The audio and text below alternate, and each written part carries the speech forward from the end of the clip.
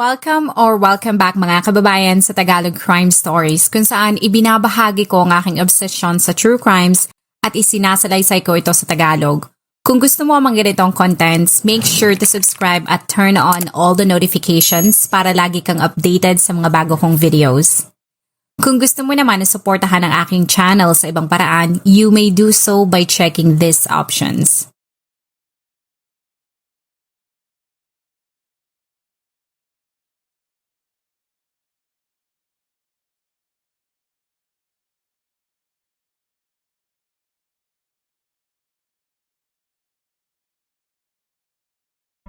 Kung ikaw ay isang Filipino na nagbang bansa, sigurado ko na wala pang isang linggo ay miss mo na ang ingay, halakhakan, kwentuhan at samahan na makikita mo lamang sa Pilipinas. Kaya naman kung ang isang OFW ay may imbitahan sa kasiyahan ng kapwa niya Pinoy ay madalas na hindi niya ito tinatanggihan. Para sa ilang mga Filipino na nagawang makarating sa Canada, laking pasalamat nila sa mag-asawang Gerald at Rodri sapagkat ang mga ito ay ilan lamang sa mga Pinoy na binubuksan ang kanilang bahay para sa Filipinong bagong salta sa Toronto. Base sa ulat, ang mag-asawang Estrada ay mayroong magandang reputasyon sa Filipino community doon dahil madalas sa mga itong mag-host ng holiday dinners at backyard barbecues na bukas sa lahat ng mga Filipino. Ang pag-imbita ng mga ito sa Pinoy ay hindi lamang isang gimmick o pagpapasikat sapagkat ayon sa ilan, ang mabait na pag-ugali ni Rodri ay nakuha nito sa kanyang mga magulang. Sa aking research, nalaman ko na ang pamilya nito ay mula sa Pangasinan. Bagamat gusto ng mga ito na napapaligiran ng kanilang mga kamag-anak, naisip ng mag-asawa na mas makakabuti sa kanilang lumalaking pamilya lalo na sa kanilang mga anak ang mamuhay sa ibang bansa.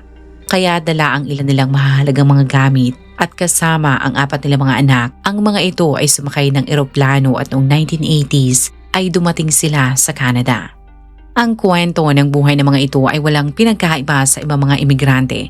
Ang mag-asawa ay kalaunang nakapagpatayo ng restaurant pero kahit naging hands-on sa pagtulong sa negosyo ng kanyang mga magulang, mas pinili ni Rodri o mas kilala sa palayo na Derry na maging isang nurse.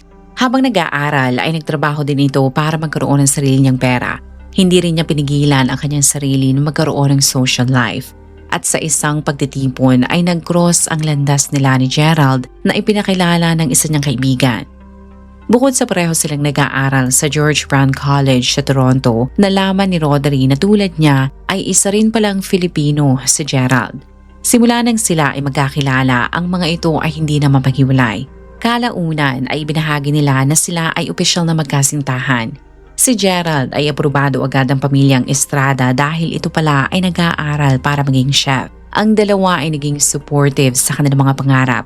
Kaya hindi na nagulat ang pamilya nila ng isang araw ay ibinahagi ni Rodri na sila ay engaged na.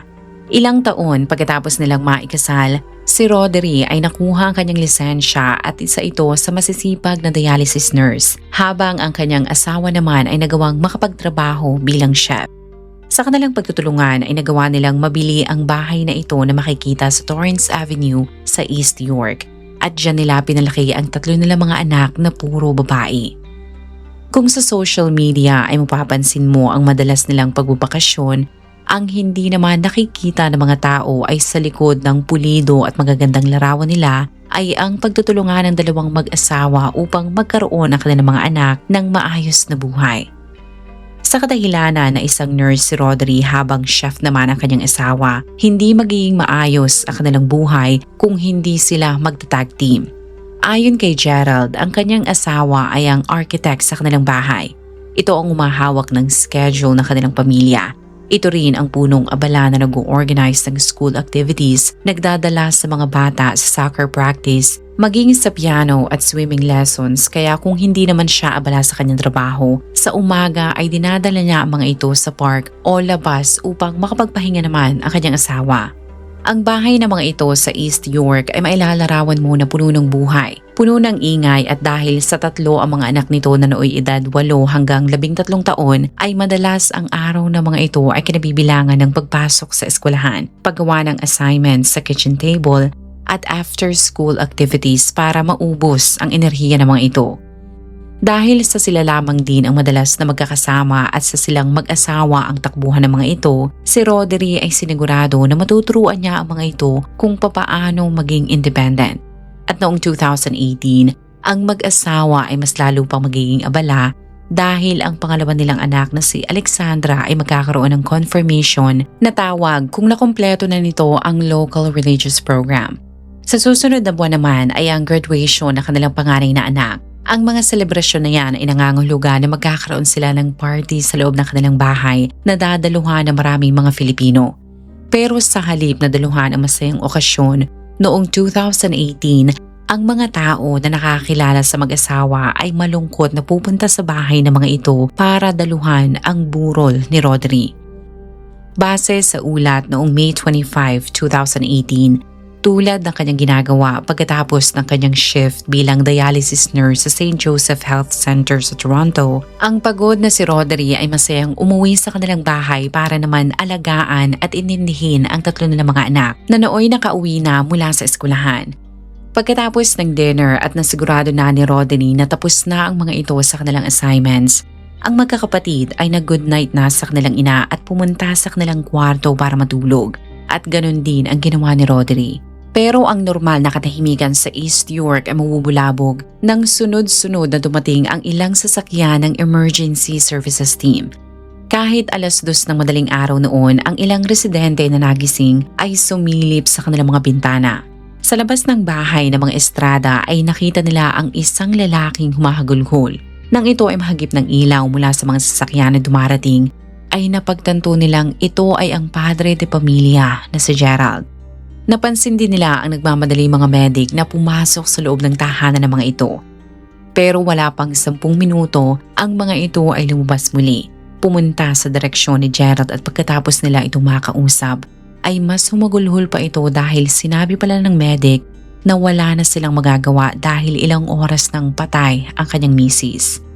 Kasabay ng pagkalat ng masamang balita, ay siyang bilis din ang pagdating ng mga kaanak ng mga ito.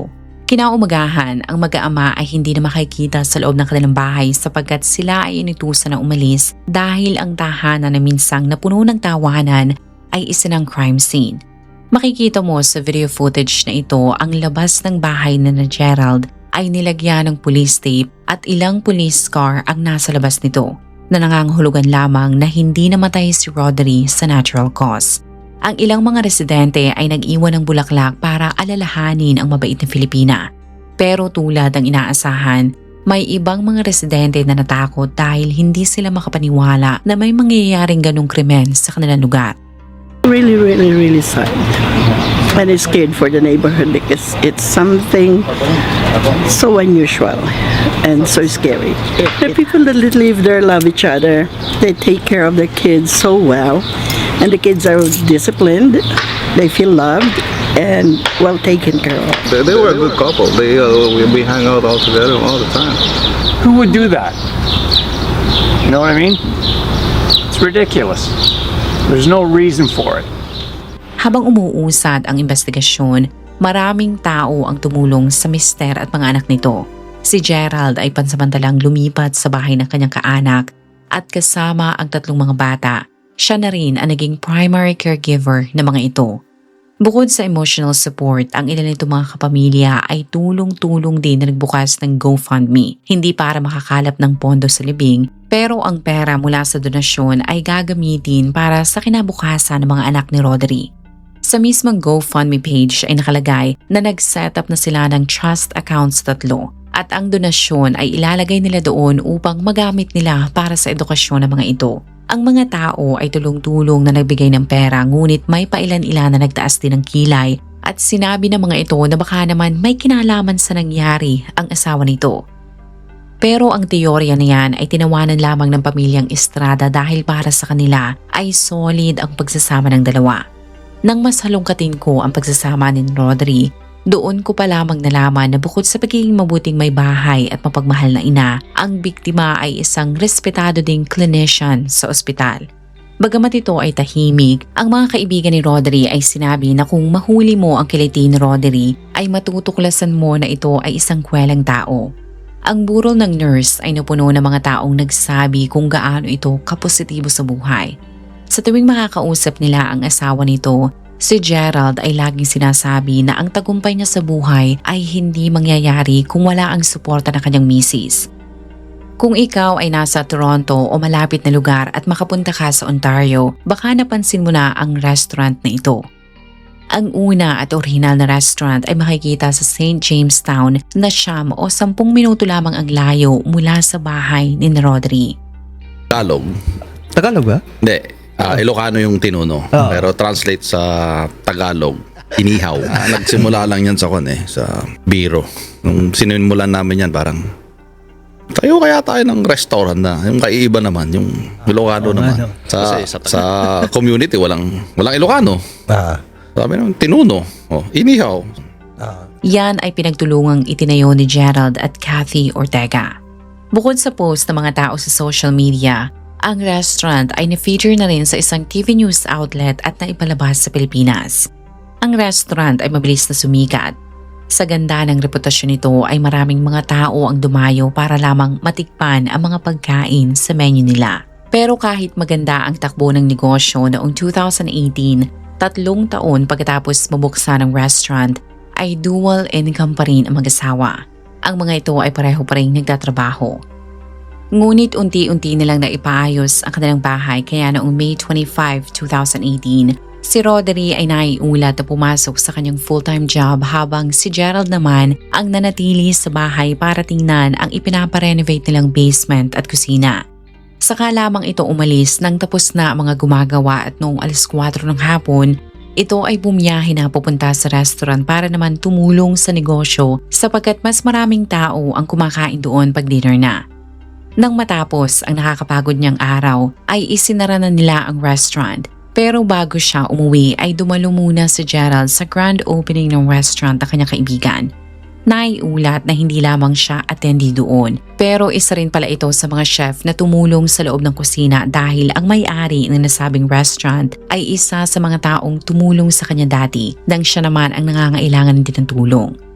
Sa kadahilanan na yun ang grand opening, madaling araw nang natapos ang lahat, kaya 2:00 na siya nakauwi. Sa interview kay Gerald ay ipinaliwanag nito na simula nang siya ay maging head chef at mas lalo na noong mabuksan ang restaurant ay lagi siyang umuwi kung hindi hating gabi ay madaling araw na. Ang kanyang asawa na inilarawan niyang light sleeper o yung mabilis magising sa konting tunog lamang ay nagkasundo na isasara nila ang bawat pintuan. Pero kung siya ay dumating ng hating gabi o madaling araw, sa halip na gumamit ng susi, ay tatawagan niya si Rodri upang ito ang sumulubong sa kanya. Total ay magigising din naman ito. Kung siya ay nasa bahay at madilim na, silang mag-asawa ay laging sinisiguradong sarado at nakalakang mga pintuan. Kung 9:00 na at wala siya sa bahay, bilang tatay na gustong siguraduhin na ligtas ang kanyang pamilya, si Gerald ay tumatawag sa kanyang misis para ipaalala dito na i-check ang lahat ng mga kandado. Sa loob ng 2 dekada nilang magkasama ay ni isang beses ay hindi sila sumablay sa rutina yan at walang pinagkaiba ang nangyari noon nang siya ay makauwi noong May 26. Bandang 2:00 na madaling araw sa harap ng pintuan ay pinindot niya ang doorbell. Nang walang nagbubukas ng pintuan ay kinuha niya ang cellphone at tinawagan si Rodri. Ngunit nang hindi ito sumasagot ay pumunta siya sa pintuan sa kabilang bahagi ng bahay. Sinabi ni Gerald na nakakapagtaka na ito ay nakabukas, kaya agad siyang pumasok at doon niya nakita na napakagulo sa loob ng bahay. Mabilis siyang tumakbo sa 2nd floor para tingnan ang kanyang mga anak. Pero nang makita na ang mga ito ay natutulog, ay mabilis siyang tumakbo papunta sa master's bedroom. Pero nagulat siya na makita na ang kanyang asawa ay nalulunod sa sarili nitong dugo. Mabilis siyang tumawag sa 911 na nag-utos sa kanya na lapatan si Rodri ng CPR. Pero mangayak-ngayak nitong sinabi na hindi niya alam kung paano yun gagawin sapagkat basag ang ilong nito at wasak din ang bibig ng kanyang misis. Habang nalilito ang operator ay nakipag-coordinate ito sa pinakamalapit na mga otoridad at medic na agad namang rumisponde. Sa police report ay nakalagay na naaabutan pa ng mga ito na desperadong nilalapatan ni Gerald ng CPR ang walang malay na si Rodri. Sa kalagitnaan niyan ay sunod-sunod na nagising ang 3 mga bata. Kaya habang ang medic ay ginagawa ang lahat para maisalba ang biktima, sinigurado ni Gerald na ang mga bata ay hindi makikita ang sinapit na kanilang nanay. Kalaunan, ang mga ito ay dinala sa police station para doon maghintay. At pagkalipas ng ilang oras, si Gerald ay dumating na rin at ang unang tanong ng panganay niyang anak ay nasaan si Mommy. Ayon sa investigasyon, ang chef ay walang kinalaman sa krimen sapagkat solid ang alibay nito. Hindi nila mabilang ang mga taong nagpatotoo na ito ay nasa grand opening ng restaurant. At ang huli ay marami ding mga tao ang nagpatotoo na hindi kaya ni Gerald na patayin ang kanyang asawa sapagkat mahal na mahal nito si Rodri. Sa loob ng halos kalahating buwan, ang mga otoridad ay metikulosong tiningnan ang bawat sulok ng bahay ni na Gerald. At ang mga investigador ay nakakita ng isang thumbprint o bakas ng hinlalaki sa kitchen door frame. Sa kadahilanan na ang Canada tulad ng US ay merong database na naglalaman ng DNA at impormasyon ng mga taong lumabag sa kanilang batas, ay mabilis nilang nakilala ang mga salarin. Ito ay kinilalang si Justin Murillo. Ang mukha nito ay agad ibinahagi sa iba't ibang police station hanggang noong June 3, 2018, 8 araw pagkatapos mamatay ni Rodri, ang salarin ay naaresto. Si Murillo ay mula pala sa bansang Costa Rica at bago mangyari ang krimen, ay matagal na pala itong gustong ipadeport ng mga kinauukulan sa Canada dahil sa napakahaba nitong criminal record. Ngunit hindi nila ito magawang mapatalisik dahil ito ay nag-appeal. Sa kadahilanan na ito ay isang kriminal, kahit anong gawin nitong pag-apply ay walang tumatanggap dito. Kaya si Murillo ay matatawag mong NPA o No Permanent Address. Ito ay naiulat ng palipat-lipat sa mga homeless shelters sa loob at labas ng Toronto. Kasunod ng pag-aresto dito ay nadakip rin ang lalaking ito na kinilalang si David B. Like I said, I'm going to show you my badge, sir. My name is Detective Sergeant Mike Carboni. I'm with the Toronto Police Homicide Squad.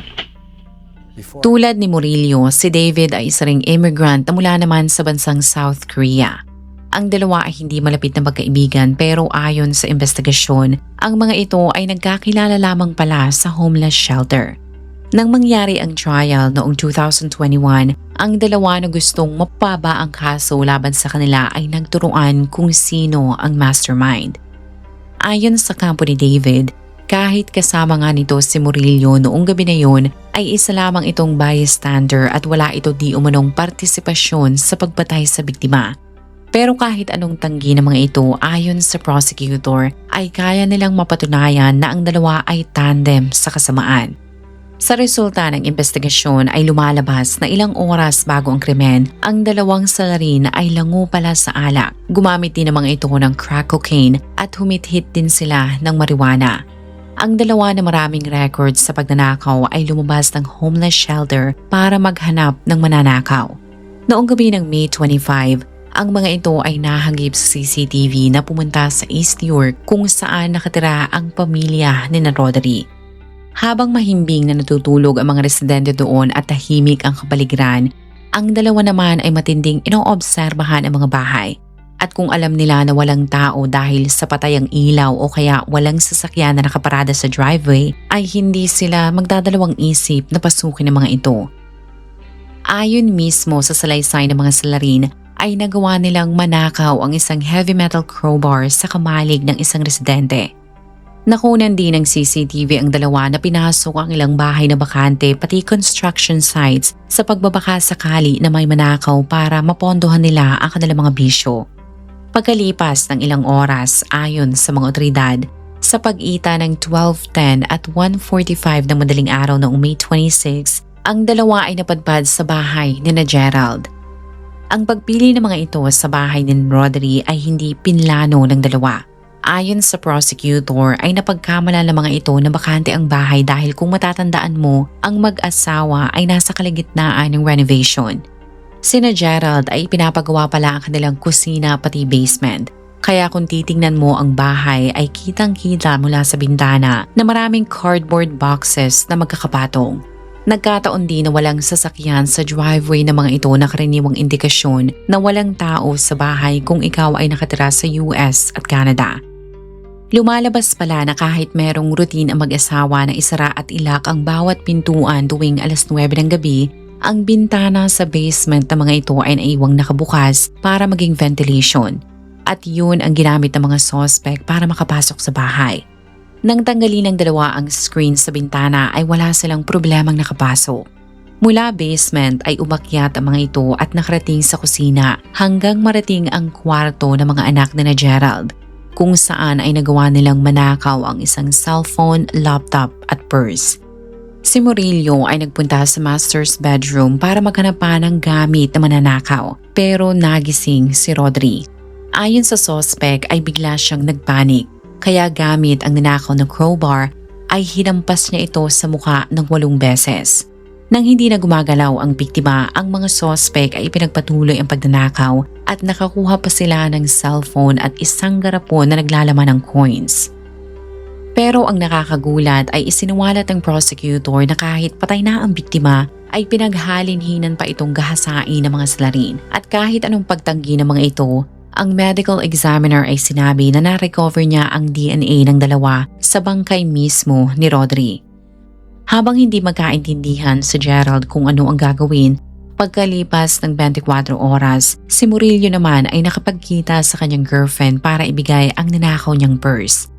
Pagkatapos ng 7 linggong trial, inabot ng 5 araw ang deliberasyon ng jury pero sa huli, lahat sila ay nagkasundo na guilty ang dalawa sa pagpatay sa 41 taong gulang na Filipina.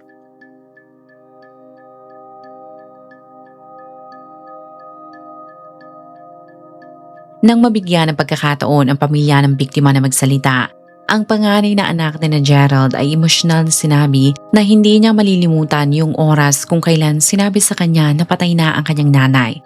Ang bunsong anak naman ng biktima ay ibinahagi na nagsisi siya na hindi niya nasabi ang mga katagang I love you sa kanyang nanay bago sila matulog.